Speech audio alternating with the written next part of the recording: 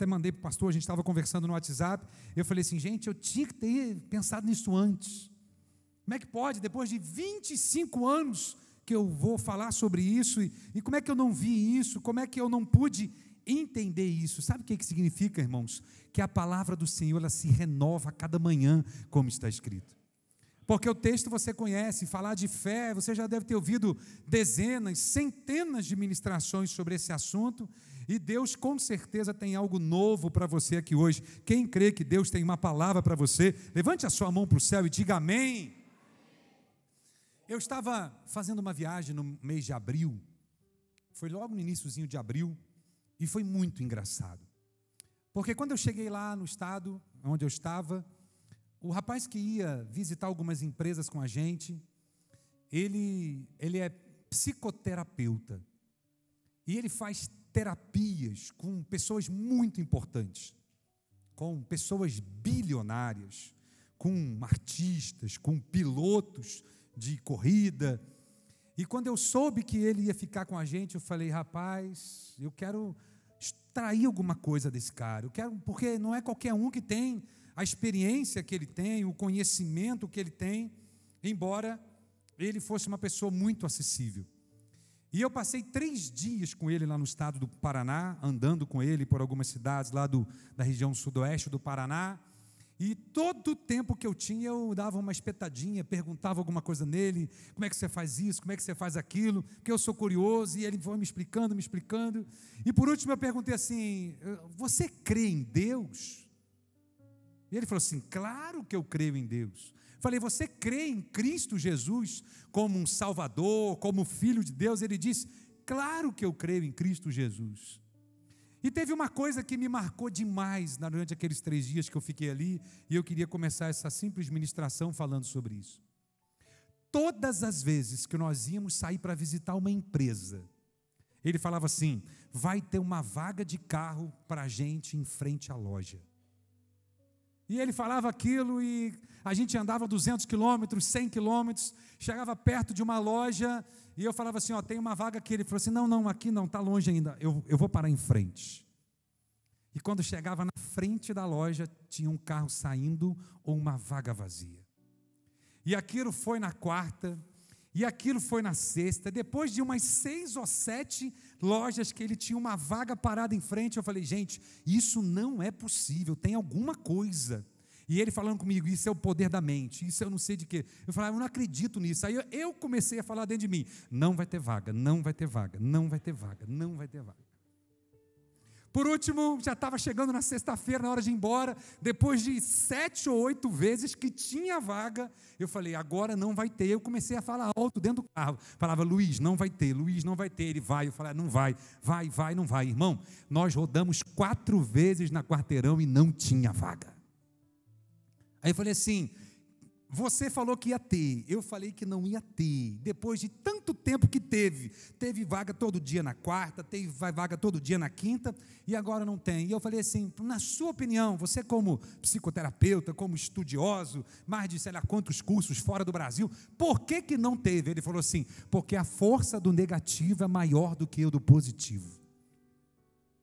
E, irmão, aquilo mexeu comigo de uma tal forma, eu falei assim, esse camarada diz que crê em Deus, mas não é um cristão, não vai à igreja, faz terapia, faz regressão, faz um monte de coisa que eu não acho que é nada muito correto à luz da palavra. Por que ele acredita e tem? E por que a gente que tem a palavra, onde tudo está escrito, que é nosso, que é direito nosso, que Jesus prometeu para nós, por que a gente não acredita? Isso me marcou de uma tal forma, e eu vim mastigando aquilo, eu ia pregar na ceia, mas não deu tempo, no mês de abril, e era um outro assunto. Eu falei, gente, o que é fé? E aí eu comecei a conversar com ele no sábado de manhã, quando ele me levou para o aeroporto, sobre otimismo. Eu falei, você acha que isso é ser otimista? Comecei a conversar com ele sobre pensamento positivo e comecei a conversar sobre fé. Ele falou, Rodrigo, otimista é ver o que está errado e achar que vai dar certo. Otimista é você ver tudo pelo lado positivo. Fé é diferente, fé você já estabelece, você já determina que vai acontecer e você acredita que vai acontecer. Irmão, quem falou isso não é nenhum pastor, quem falou isso não é nenhum pregador, ele vende isso para as pessoas, e as pessoas compram, e a terapia dele é R$ 1.500 uma hora, para você conversar com ele. Sabe qual é a diferença do que ele crê para o que eu creio?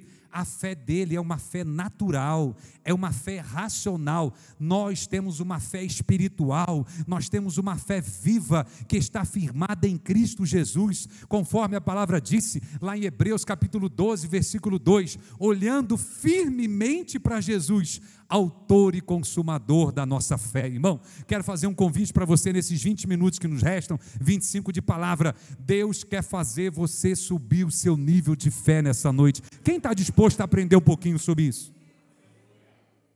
E aí eu comecei a ler a Bíblia, comecei a entender que Deus dá a mesma dose de fé para todos. Guarde isso. A Ellen falou lá em Mateus capítulo 14, sobre aquele vento que estava sobre os barcos dos discípulos, lá no lago de Genezaré, ou no mar da Galileia. Quando aquele vento sacudiu, Jesus aparece, os discípulos pensam que é um fantasma, está lá em Mateus capítulo 14, a partir do versículo 20, só que Jesus fala assim para eles, sou eu, fiquem calmos. E Pedro, com aquela sua impulsividade, fala assim, sim, é você, mande que eu chegue até aí, sobre as águas. E Jesus fala para Pedro assim, vem. E quando Pedro vai, Pedro olhando para Jesus, Pedro caminha sobre as águas. De repente, o que a Ellen disse? O vento vem, bate em Pedro, e Pedro começa a afundar. Nisso que Pedro afunda, Pedro grita para Jesus, Senhor, salva-me. E Jesus toma a mão de Pedro, coloca Pedro de novo no barco e diz assim, aqui, você precisa acreditar mais, homem de pequena fé. Então, será que tem fé grande? Já que Jesus falou, homem de pequena fé. Será que tem fé grande? Fé média? Fé pequena? Por quê? E eu fiz essa pergunta para mim, anotei aqui no meu esboço, que só eu entendo aqui ontem. Por que alguns que têm fé têm muito resultado, e outras pessoas que têm fé não possuem resultado nenhum? Será por quê? Por que uns dizem assim, vai acontecer, acontece, outros dizem, vai acontecer e não acontece? E ontem eu escrevendo, estudando, Bíblia para cá, estudo para lá, livro para cá, eu aprendi uma coisa, a fé tem 3 níveis, tem 3 estágios de fé. E você precisa sair daqui hoje ciente, fazendo uma autoavaliação, porque eu fiz ontem, em que nível você está de fé? Em que estágio você está de fé? Em que patamar você está de fé? Porque o fato de estar na igreja aqui hoje, não significa que você tem uma fé que produz resultado. O fato de você vir aqui hoje, significa que você tem uma predisposição para crer em Jesus e saber que aqui é um lugar de bênção. Quem crê que aqui é um lugar de bênção? Você crê? Só que nem tudo que eu vou falar, alguém acredita. Nem toda ministração que é proferida aqui, alguém toma posse. Isso é natural, irmãos. E eu queria falar sobre esses 3 tipos de fé. Primeiro tipo de fé, ou o primeiro estágio da fé, ou o primeiro nível da fé, preste atenção que se você entender isso vai ajudar muito você. É a pessoa que tem fé pelo que os outros fazem. Vou mostrar dentro da Bíblia para você. Deus chama Moisés lá em Êxodo capítulo 3, fala assim, Moisés, o povo está sofrendo, o povo está escravizado no Egito, eu vou levantar você e você vai trazer esse povo de volta para casa. Moisés reconhece as suas limitações e diz, não tem como, eu sou uma pessoa que tenho dificuldade no falar. E Deus fala assim aqui, fica tranquilo, se alguém perguntar o que você vai falar, você fala que o eu sou te enviou. Mal sabia Moisés que aquele eu sou aquele que te cura, eu sou aquele que te sara, eu sou aquele que te livra, eu sou aquele que te abençoa, eu sou aquele que te guarda, eu sou aquele que ministra a palavra de vitória sobre você. Esse eu sou iria com Moisés. E Moisés passa com aquele povo no deserto e quem que Deus chamou? Foi Moisés. Quantas pessoas tinham escravas lá no Egito? 600.000 homens de guerra. Qualquer estudioso sabe que se nós fôssemos contar as esposas e as crianças, ultrapassaria 2 a 3 milhões de pessoas. Irmão, já parou para imaginar? Bom Jardim, segundo o IBGE, tem 28 mil habitantes. Dá uma olhada em 3 milhões de pessoas. A nossa região serrana toda, incluindo Petrópolis, que é a maior cidade, não tem 3 milhões de habitantes. Se você for juntar todo esse centro-norte aqui, até chegar perto de Campos, talvez dê os 3 milhões. 2 a 3 milhões de pessoas seguindo uma visão, a visão de Moisés. E o que você acha? Você acha que aquelas pessoas tinham fé, irmão? Você acha que aquelas pessoas tinham fé que Deus estava querendo livrá-las? Eu vou provar para você que não tinha. Sabe onde está? Em Êxodo, pode colocar aí para mim, capítulo de número 16, versículo 2 e o versículo 3. Olha o que diz Êxodo 16, 2 e 3. E toda a congregação dos filhos de Israel murmuraram contra Moisés e contra Arão no deserto. Olha o que eles disseram 3. E os filhos de Israel disseram-lhes: quem dera que nós morrêssemos por mão do Senhor da terra do Egito, quando estávamos sentados junto às panelas de carne, quando comíamos pão até fartar, porque nos tendes tirados para esse deserto para matardes de fome a toda essa multidão. Olha, a fé deles era a fé baseada no que eles viam na vida dos outros. Deus falou com Moisés, então nós vamos. Aí um hebreu falou para o outro assim: você vai? Eu vou também. O outro falou assim: não tem como ficar, vamos embora, vamos seguir. Irmão, tem gente na igreja que não tem a fé própria. Ele é baseado na fé, naquilo que alguém está falando. Ele é baseado naquilo que alguém está vendo. Então ele em si só, quando alguém diz aqui num púlpito assim em cima assim, ó, Deus tem uma palavra de bênção para você, ele acredita porque alguém falou, mas dentro dele a fé não brota. Aí você vai dizer assim: ah, pastor, mas isso é pecado? Ou isso é errado? É claro que não. Porque quando você tem a fé baseada em alguém, você até sai do lugar, porque aquele povo saiu do lugar, você se move. Você sabia disso? Quando você tem a fé baseada naquilo que você ouviu de alguém, e a palavra do Senhor diz que a fé vem pelo ouvir, e ouvir a palavra de Deus, quando você tem uma experiência de ver alguém, você até se move, mas você muitas vezes não chega à terra prometida. Porque daquele povo de cerca de 2 a 3 milhões de pessoas, só 2 chegaram na terra prometida: Josué e Caleb. O interessante é a gente analisar, e eu queria confrontar você nessa noite a pensar sobre isso, que quando o povo foi levado para espiar a terra, quando eles estavam próximos, aí já não é mais em Êxodo, é em Números, a partir do capítulo 13 do livro de Números, você lê isso de maneira bem clara, bem específica, quando eles vão fazer uma avaliação, tem 2 grupos, eles separam 12 pessoas para espiar a terra. 10 chegam lá e falam assim: rapaz, vou dizer uma coisa para vocês, a terra é maravilhosa. Nós vimos as pessoas colhendo uvas e tiveram que pegar 2 pessoas e colocar um cacho de uva nos ombros. É verdade, a terra mana leite e mel. Só que tem uma coisa: os habitantes de lá, eles são terríveis. Quando a gente chegou lá e quando a gente começou a vê-los, nós nos sentimos diante dele, como se nós fôssemos um gafanhoto. Nós vamos ser devorados muito fácil por eles. E um moço chamado Caleb disse assim: aqui, vamos nos animar, subamos, conquistamos a terra, porque a terra é nossa, a terra é dos nossos pais. Vamos nos animosamente, vamos conquistar, irmão.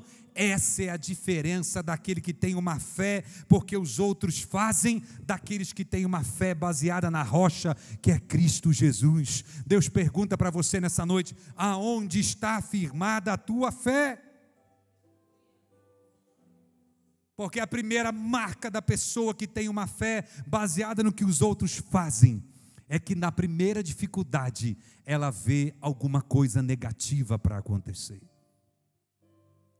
Se nós tivéssemos uma gravação dentro das nossas casas, quando nós fôssemos fazer um exame no médico, mediante alguma circunstância negativa, é um caroço que a gente coloca a mão e sente, é um mal-estar que a gente sente, é uma fisgada diferente que dá.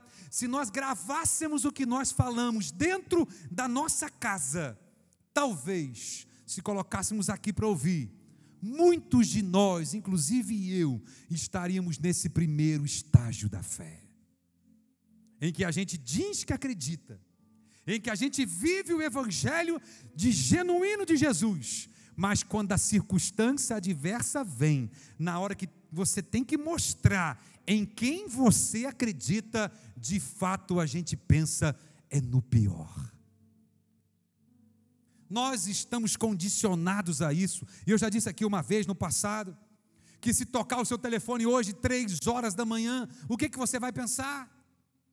Não é alguém para te dar uma notícia positiva e dizer: eu estou orando por você nessa madrugada de segunda-feira. Não, você já logo pensa: aconteceu alguma coisa ruim. Irmão, nós estamos focados no negativo. Repare quando você vai fazer um concurso, e tem jovens aqui. Eu já testemunhei o meu aqui, uma vez que eu fiz uma prova, e quando eu cheguei lá, eu vi as pessoas de todos os lugares do Brasil, Keifer. E a prova era aqui em Friburgo, lá na Universidade Estácio de Sá, e quando eu cheguei lá, e a prova devia ter uns 60 folhas a prova, era um caderno, não era uma prova. Eu falei: gente, o que é isso?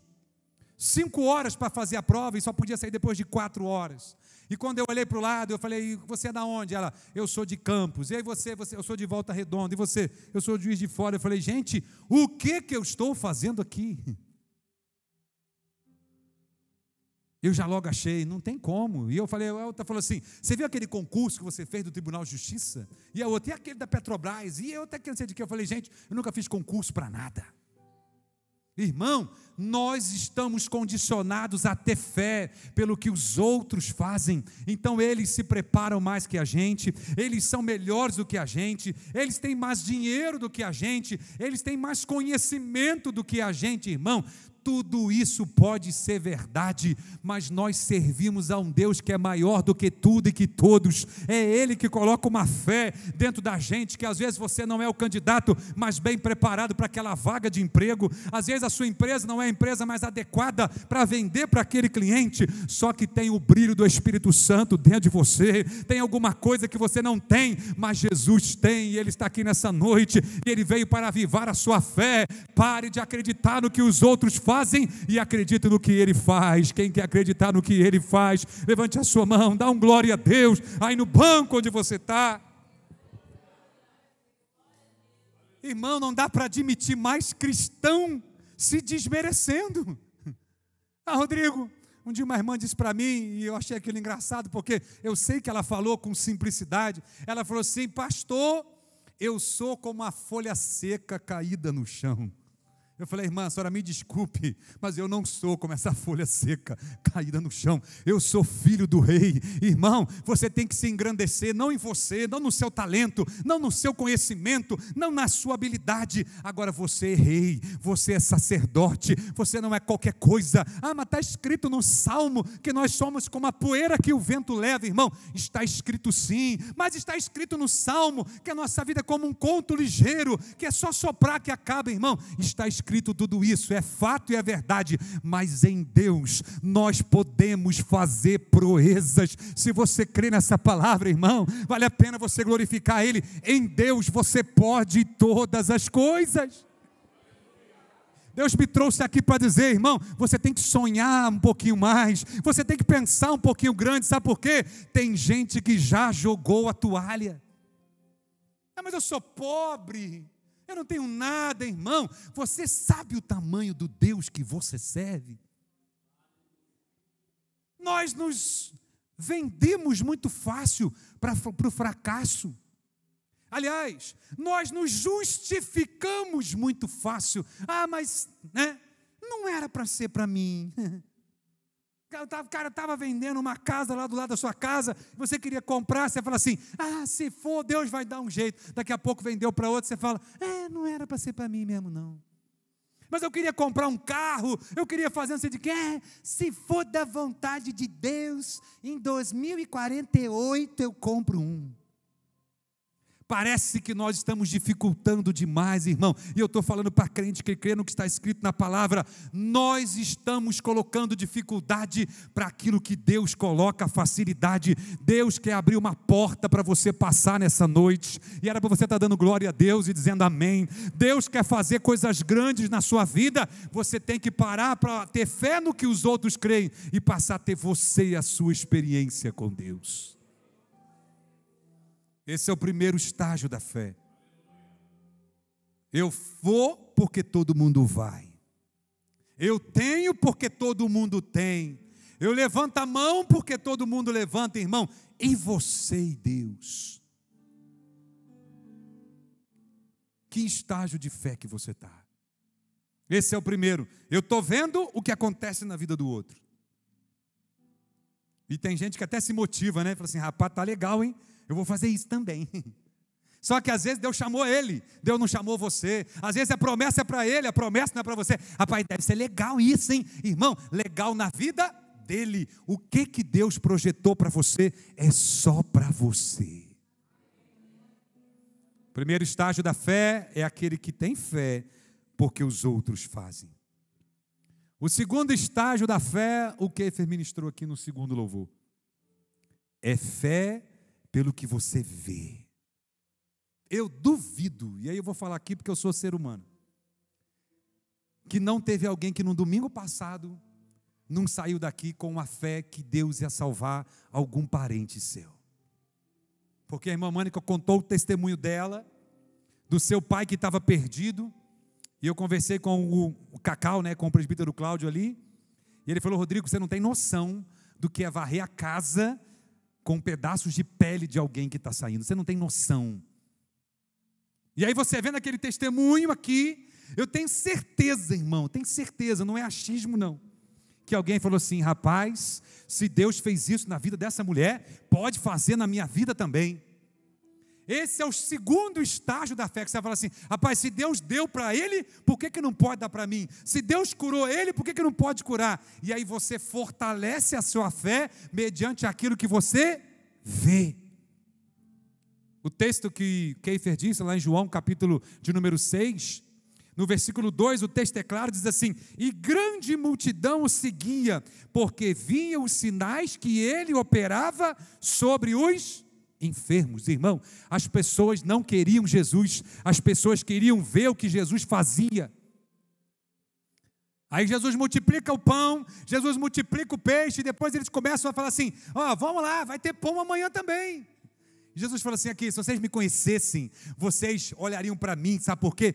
Eu sou o pão da vida que desci dos céus. Irmão, você não tem que ter fé pelo que você está vendo, pelo que você está ouvindo, não. Você tem que ter fé, sabe por quê? Porque Jesus te escolheu para ser mais do que vencedor em Cristo Jesus. Mas qual é a vantagem de você ver? É que você passa a ter certeza que Jesus faz. Quem tem certeza que Jesus faz aqui? Vou perguntar de novo porque vale um amém. Quem tem certeza que Jesus faz aqui? Só que se Jesus não faz, aí você não tem mais fé. Quer ver o que está escrito em João 20? Abre aí, projeta para nós aí, João 20, 26. Olha o perigo de ter fé baseado no que você está vendo.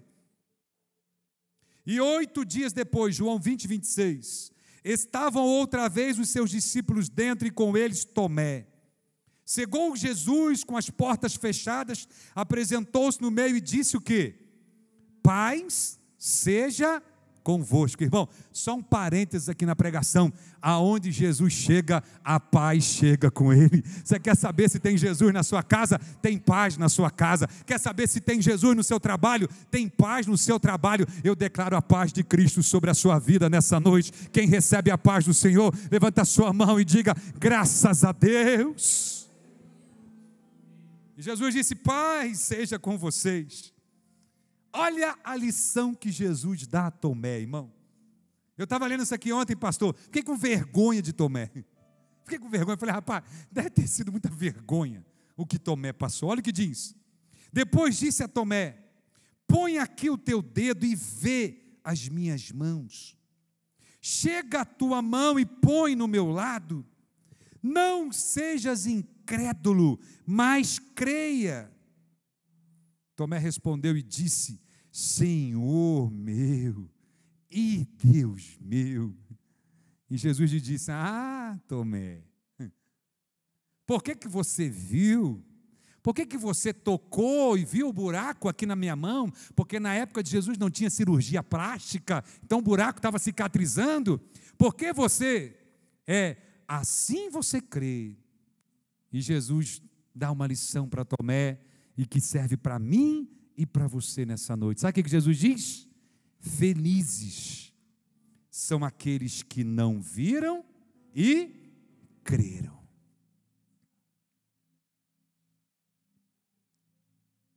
Deus está dizendo para mim e para você nessa noite: quem precisa ver, precisa ser convencido. Quem precisa ver, precisa de um argumento. Porque Jesus já tinha aparecido aos discípulos, antes um pouquinho do texto que você leu, e eu não vou ler para ganhar tempo, e quando Tomé apareceu, eles falaram: rapaz, Jesus ressuscitou. Ele falou o quê? Eu só acredito vendo. Irmão, eu quero dizer uma coisa para você. Deus quer te tirar do primeiro estágio de fé, que é aquele que tem fé pelo que os outros fazem. Deus quer que você passe para o segundo estágio de fé, que é aquele que crê quando vê, quando está olhando, quando está observando. Mas Deus tem um projeto para você nessa noite, eu vou encaminhar para o final. Deus quer te levar para o terceiro estágio de fé. É você deixar de ser um Tomé da vida, de só acreditar quando está vendo, passar para o terceiro nível da fé, para o terceiro estágio da fé, que é aquele que tem fé sem duvidar. Ah, mas aonde que está isso na Bíblia? Abre aí, vamos ler, hoje é só Bíblia. Romanos capítulo 4. Olha o que diz o versículo de número 18. Irmãos, isso é lindo demais. Se você quer aprender de fé, leia Romanos, leia Hebreus 11, mas leia Romanos 4. Olha o que diz Romanos 4, 18. O qual, em esperança, está falando de Abraão, creu contra a esperança. Irmão, olha o exemplo do nosso pai da fé. Abraão não tinha esperança, mas ele acreditou em mesmo. Está escrito ali, em esperança, creu contra a esperança. O resultado do exame de Abraão deu negativo, deu ruim, deu uma coisa complicada. Ele falou: não tem problema, vai acontecer alguma coisa boa. Abraão falou assim: eu fui reprovado na autoescola. Não tem problema, Deus sabia por que ele me reprovou. Ela disse assim: mas eu fiz a entrevista, não passei no emprego. Não tem problema, tem um emprego melhor para mim lá na frente. Irmão, é assim que Abraão vivia. Ele cria sem duvidar. Olha o que diz assim, creu contra a esperança, que teria sido pai de muitas nações, conforme o que lhe fora dito, assim será a sua descendência. Olha o versículo 19. E não enfraqueceu na fé, nem atentou para o seu próprio corpo, porque quando recebeu a promessa já tinha 75 anos, já amortecido, pois era quase de 100 anos, nem tampouco para o amortecimento do ventre de Sara, que quando gerou Isaque já tinha 90. Olha o 20, irmão. Olha o terceiro nível da fé de Abraão. e não duvidou da promessa de Deus por incredulidade, mas foi fortificado na fé, dando glória a Deus. Oh, maravilha, irmão. Você tem que ser apaixonado por esse Deus que você serve. Deus prometeu para você alguma coisa. Ah, mas é muito difícil, é muito grande, irmão. Não tem problema, é difícil, é grande demais para você. Mas eu vou dando glória a Deus, porque o Abraão disse no versículo 21, e estando certíssimo. Olha o texto, irmão, olha essa palavra. Não é que Abraão estava certo, não. Ele estava certíssimo de que o que ele tinha prometido, do que o que a ele tinha prometido, também era poderoso para fazer. Oh, maravilha, não sei se sou eu, que desde ontem estou numa impulsividade de fé na minha vida, irmão. Eu falei, Jesus, é isso que eu quero para a minha vida, porque o Senhor prometeu, irmão. Se Ele prometeu, Ele vai cumprir. E eu queria perguntar para você nessa noite, quem tem uma promessa da parte de Deus aqui nessa noite? Oh, maravilha. Irmão, tem algo de Deus para você aqui hoje. Se apegue na promessa de Deus. Abraão falou assim, não tem como, irmão. A coisa de Abraão era tão séria, que o nome do filho de Abraão foi Isaque. E você sabe o que significa Isaque, todo mundo aqui sabe. Isaque significa gargalhada, sorriso, porque quando Deus prometeu, a Sara deu uma risada. Peraí, está de brincadeira, eu vou ser mãe nessa idade? Não tem como. Quando Isaque nasceu, está aí o nosso sorriso. Está aí a nossa gargalhada, irmão. Tem coisa que Deus promete que você ri. Só que sabe por que está demorando para você receber? Porque você está no segundo estágio da fé, ou você está no primeiro. Quem está no terceiro estágio, recebe as promessas de Deus no tempo de Deus. E eu quero ser profeta para você que está ligado na pregação. Porque tem gente ligada na pregação, você sabia disso? Tem gente que não está, mas tem gente que está. Se você está ligado, está chegando o tempo de Deus cumprir as promessas dele na sua vida. E aí eu queria terminar com duas perguntas para mim e para você. Pastor, e se eu estou no estágio 3 da fé? Se eu estou no nível 3, que acredita sem duvidar, e se não acontecer o que eu acredito? Hein? E se eu fizer uma oração? Estava ouvindo outro dia um pastor pregar, que a mãe dele ficou 9 dias internada no hospital no ano passado. E esse é um grande pastor, bem reputado. E ele dizia que ele chegava todo dia no hospital e ajoelhava do lado da sua mãe e falava, Senhor, o Senhor não pode levar minha mãe. 58 anos, uma mulher jovem. Não tem como o Senhor levar ela. E ele orou um dia, 2, 3, 4, 5, 8. No 8º dia, ela entrou num processo já de muito avançado, em coma, e proibiram ele de entrar dentro da sala onde ela estava. E te colocaram ela no CTI num espaço de vidro. E ele orou, e Deus falou para ele assim, uma coisa que me marcou quando eu ouvi isso, já tem um tempo. Ele diz assim, será que você não está orando errado? E diz aquele pastor que ele orou assim, Senhor, eu não vou mais orar para o Senhor curar minha mãe, tirar minha mãe desse leito de um hospital. Eu vou orar para que o Senhor faça a sua vontade. E naquela noite a mãe dele partiu para o Senhor. E ele diz assim, agora eu aprendi a orar. Sabe por quê? Eu falei, Senhor, console os meus irmãos. Console meu pai que conviveu com ela 46 anos. Prepara nós para conviver sem essa presença tão solene que é a nossa mãe. Irmão, quem está no estágio 3 de fé, e eu queria que você ficasse de pé e o Sinai chega aqui para a gente cantar. Quem está no estágio 3 de fé, mesmo acontecendo alguma coisa ao contrário, você não tem a sua fé abalada. Mesmo se você perde alguma coisa, você tem uma convicção, uma coisa que eu anotei aqui.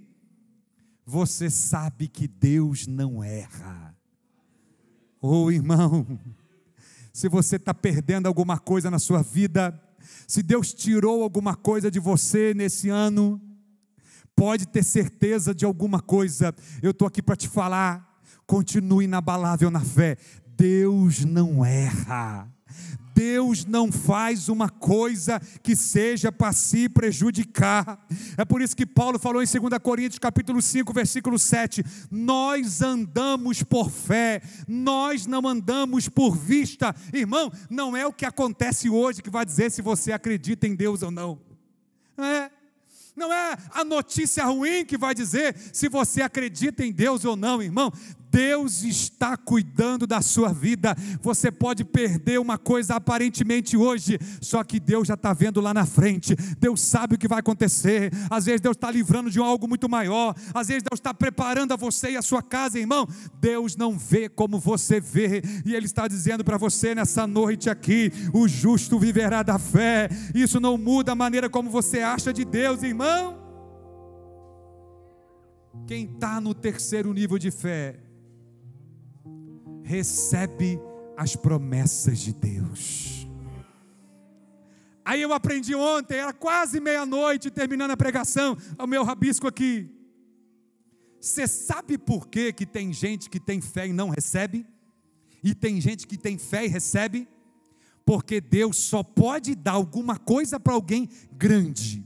Deus só pode dar alguma bênção para alguém que seja grande, se essa pessoa entender que ela precisa estar num patamar de fé, num estágio de fé, que ela acredita incondicionalmente. Deus não vai fazer para quem tem dúvida, Deus não vai fazer para quem precisa ver, como Tomé precisa ver. Sabe por quê? Deus não vai confiar em você algo que é dele, irmão. Deus está te chamando para subir de nível de fé. Feche os seus olhos agora, já são 8:55, a gente tem que encerrar. Esse é o momento.